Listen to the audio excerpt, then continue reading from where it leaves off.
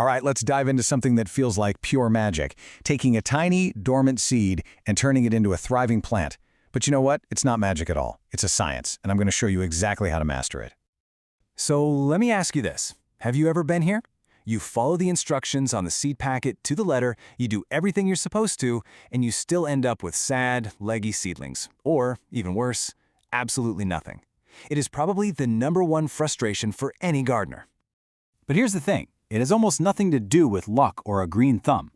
Real, consistent success comes down to mastering just a few critical moments in a seed's life. Think of this as your playbook for getting it right every single time. So let's start at the very beginning. Our journey actually starts way before we even think about soil. It begins with understanding the blueprint, all that vital information locked inside every seed, and, just as importantly, how we store it. You see, a seed's lifespan is completely dependent on its storage. These are the 4 non-negotiable rules. Keeping them cool, dry, and dark basically puts the seed into a state of suspended animation. And here's a pro tip that a lot of people miss. Keep your seeds away from ripening fruit. That ethylene gas they release can actually damage the seed and stop it from ever waking up. Now, think of this chart as your seed collections calendar. Onion seeds, they have a really short shelf life. But things like cabbage and lettuce can last for years if you store them right. This isn't just boring data, it's a strategic tool. It tells you which seeds you need to use up first and, maybe more importantly, when it's time to test if those older seeds are still any good.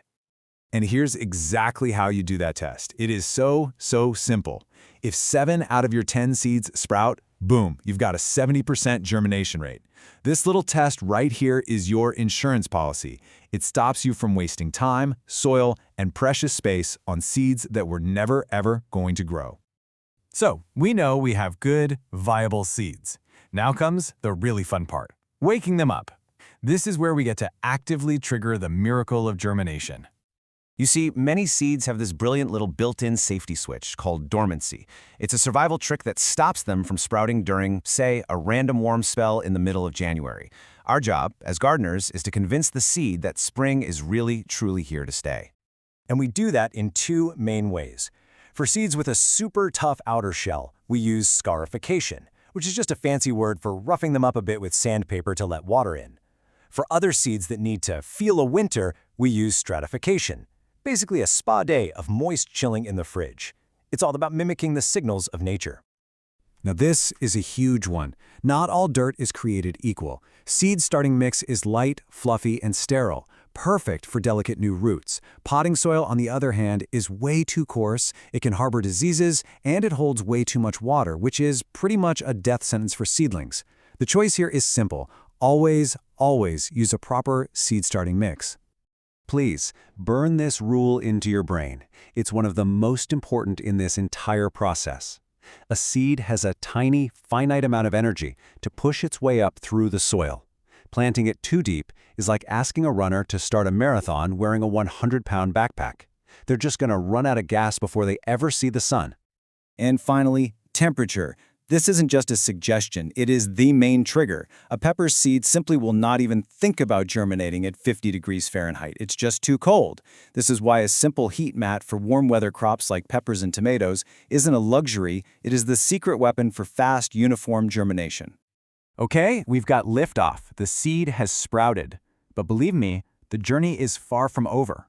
Now, our entire focus shifts to raising strong, stocky, resilient seedlings that are built to thrive.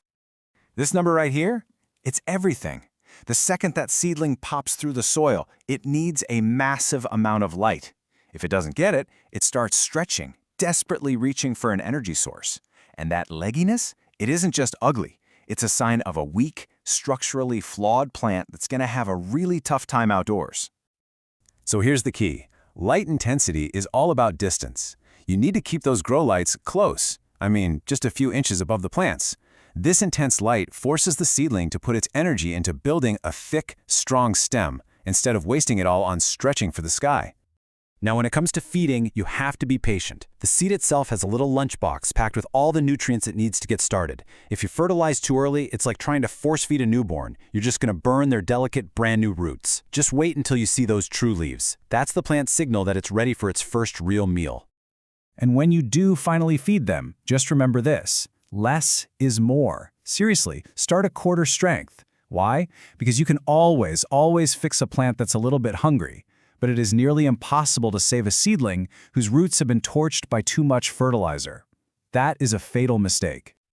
Okay, we've nurtured our seedlings, we've fed them, now it's time to play defense. The best way to deal with pests and diseases is to create an environment where they can't even get started. This is your proactive plan. I'd like to introduce you to the #1 villain of the seedling world, damping off. It's a fungal disease that hits fast, it's ruthless, and it's almost always fatal. And here's the most important thing you need to know. Prevention is the only cure. Once you see it, it's too late. So our entire defense is about environmental control. And here is your 4-point protocol to defeat it. First, clean everything. Second, keep that soil warm so the seedlings grow fast. Third, and this is crucial, keep the soil moist, but never, ever waterlogged. That's a huge invitation for fungus. And finally, thin your seedlings to give them some room to breathe. When you create an environment that seedlings love, you create one that damping off absolutely hates. We've made it to the final stage. Our seedlings are strong and healthy, but they've been living a sheltered, 5-star hotel kind of life.